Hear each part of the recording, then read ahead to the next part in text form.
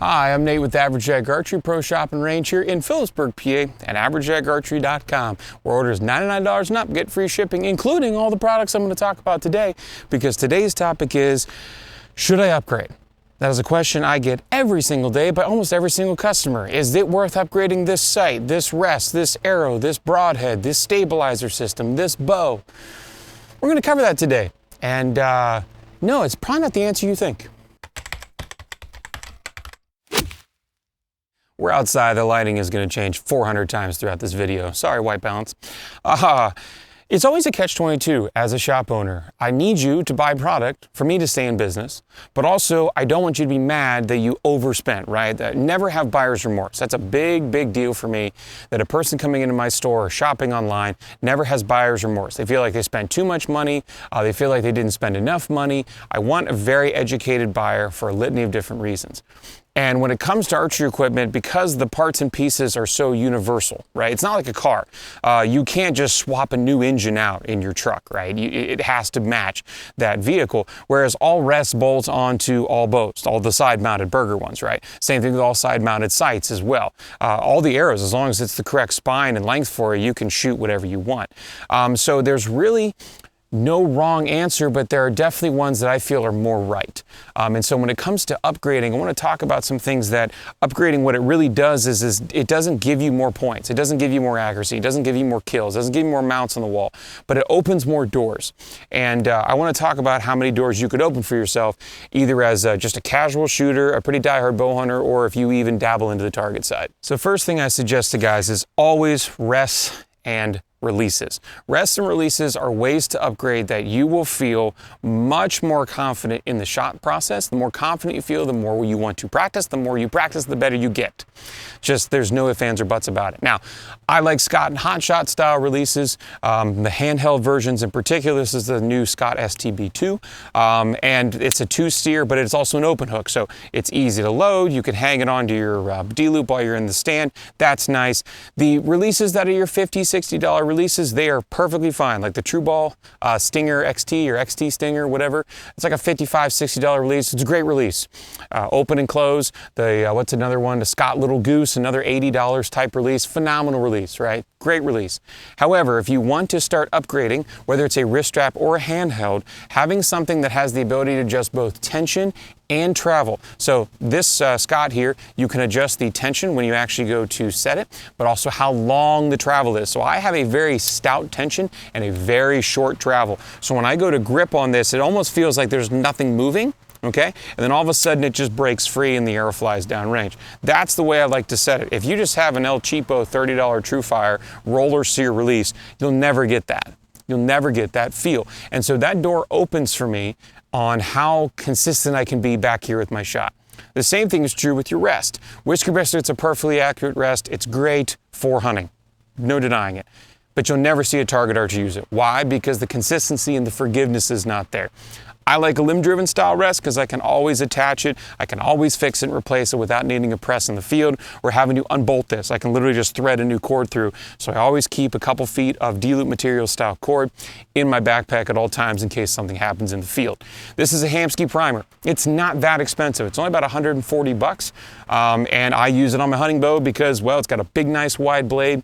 It just, no matter where I have, I could tip this bow sideways, it's still picking up the arrow. Okay, so you can shoot a QAD. That's another phenomenal style of rest. Those would be my 2 picks personally. But upgrading the release and the rest gives you consistency and forgiveness. Those doors are open for you, rather. Right? You're not going to automatically gain points. If you still punch a handheld because you punch a wrist strap, it's not going to change anything. If you still torque the living crap out of your bow, it doesn't matter if you're a Whisker Biscuit or a drop away, you're still not going to be expanding your full accuracy. But the more you practice on your form and the more you practice and work on you, the more accurate you'll become. The next thing in importance for upgrading, in my opinion, is the sight. Now, I shot fixed pin sights for years, and there are phenomenal fixed pin, very expensive sights out there. I'm a big fan of CBE sights, been shooting them for quite some time. This is the Trek 2V. Now, this is not an outlandishly priced sight, but it has everything that I want in a bow hunting sight. First, second, third axis, has the ability to have a positive stop, which means when I loosen up the dial, I can run all the way up to the top, and that is my 20-yard mark. right there, every single time. That is 20 yards, no ifs, ands, or buts about it. I set it to about 23.5 because that puts my bottom pin at 40. That's a different video. But having a machined aluminum sight, all the bells and whistles, micro tune everything, all the accessories, you don't have to spend $300, $400, $700 to get there. This is, I think, about a $225, $250 sight, and I think is worth the upgrade. Now, there are lots of other sights. I think of like the Redline RL2. It's a single pin slider, still can have a positive stop, all the bells and whistles, first, second, third axis. It's 130 bucks. Comes with the pre-made sight tapes. Now the CBE and other price point sights like this will have metal sight tapes. You bolt on and off instead of the sticker. But most dudes don't care. Most dudes run the sticker. And until this year, UltraView's $700 sight with Matthews had stickers too. So. As a sidebar with the pin size, I shoot 19 thousandths pins because my eyeballs don't see very well. I'm actually practicing today for hunting because I don't wear my glasses. So about 35, 40 yards is my max distance. Shooting a 10 thou fiber is not going to make you a 10 thousandths fiber, 10 thou fiber, is not going to make you more accurate. Okay, it's not going to gain you more points. It's how the pin appears to you downrange. For target, when I'm shooting a lens and long bars, I do run a 10 thousandths pin because I'm trying to aim at like an ASA 12 or an IBO 11. That's about size of 50-cent piece, and I really want to be able to see around that pin. For hunting, minute of deer level accuracy, I shoot a 19 thousandths pin, and it works out just fine. Most sights are going to come stock with a 19 thou, or in the case of like a 2-pin sight like this, the top pin might be 19 for the short distance and the 10 for the long distances. These are both 19s, the green and the red, and they work just fine. Now you notice that I didn't start with the bow being the upgradable part. This is an Elite Ethos. It's a 33-inch axle-to-axle bow. It's pretty quick. It's got the big cams on it. I shoot it with the smooth mods. Has all the fancy bells and whistles, right? It was Elite's flagship bow 2 years ago, and I'm going to keep rocking it. A, because it fits my draw length, a little over 31 inches, but more importantly, it has performed really well. Okay, and when it comes to upgrading a bow, unless you are shooting the bottom tier, and when I say the bottom tier, and I'm not picking on them, but like the Bear Cruiser or the Bear Legit, or if you buy like something like from Sanlita or Toe Point off of Amazon, those bows are your bottom barrel. Okay, you will notice a noticeable marked improvement when you go to a more mid-price bow, something like the Bear Species XT or the Whitetail Max or the Elite Ember or Basin or the Hoyt Torex. You can even go with like the Diamond, what is it new, or the Bowtech Amplify, I forget what it is for this year. Those are all much more in that $500 to $800 range, and they will perform a lot better for you. You can then even have a marked improvement going into like the $800 to $1,000 range. So like your Dart and Consequence 2, your Elite Terrain, your Elite Hunter 33. I'm trying to think what else would come down in that price point. Not very many live in that price point anymore, but you will notice a marked improvement going from that like $300 bow up to like that $500 to $900 bow. You'll notice it. And of course, when you start incorporating the accessories into it as well. But a lot of guys are like, I have a flagship bow, it's like 5 years old. Will I notice an improvement? Is it worth upgrading to this year's flagship bow? And the answer is, how well do you shoot your current one? If you shoot it, then yeah, it probably is worth it. It is worth trying something different to see if you can find a honeymoon phase with a new bow. If you shoot it really well, you have good scores, you feel confident, feel comfortable, feel repeatable, then no, it's not worth upgrading. However, I will tell you, if you are not prepared to buy a new bow, don't go into your local shop and shoot them, because you'll just go home and bug your wife about how you want it. I see it every day. Yeah, and I know that puts me in an absolute fiscal dilemma, right? Because I need everybody to buy a new bow every single year. That would be great. That's how you grow business. But I know that it's not fiscally responsible for most people to do that. I understand that most people want to upgrade every couple of years. And that's really, I think, actually the best way to do it, because every single year you're going to notice a couple percentage points of improvement, whether it's 2%, 5%, 10%.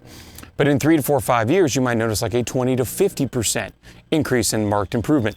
Different draw cycle, different options, different rest options, sight options, right? So for example, this Ethos here, 2 years old, right, does not have the ability to do a Hamskea core mount or the QAD integrate mount. So you can run like super low profile quivers and stuff like that.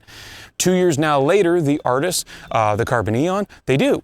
Okay, so that is a marked improvement. Now, do I personally need that? No, because most of the time I run a bolt-on Hamskea style rest. So that doesn't appeal to me much. Same thing in the front with the Picatinny mount, right? A lot of guys out west want to lighten down the bow package. They can remove a lot of this front bar and they can just mount it right to the front side of the bow. That for me is not a marked improvement. But in like 3 years or 2 years later, or maybe even next year, there's gonna be something on a bow, something on that new elite bow, hunting bow for that year that I'm gonna want. Maybe it's a tuning ability, maybe it's something that has to do with the module system, let off, limb stops, whatever the case may be. It's gonna be something I'm gonna wanna try.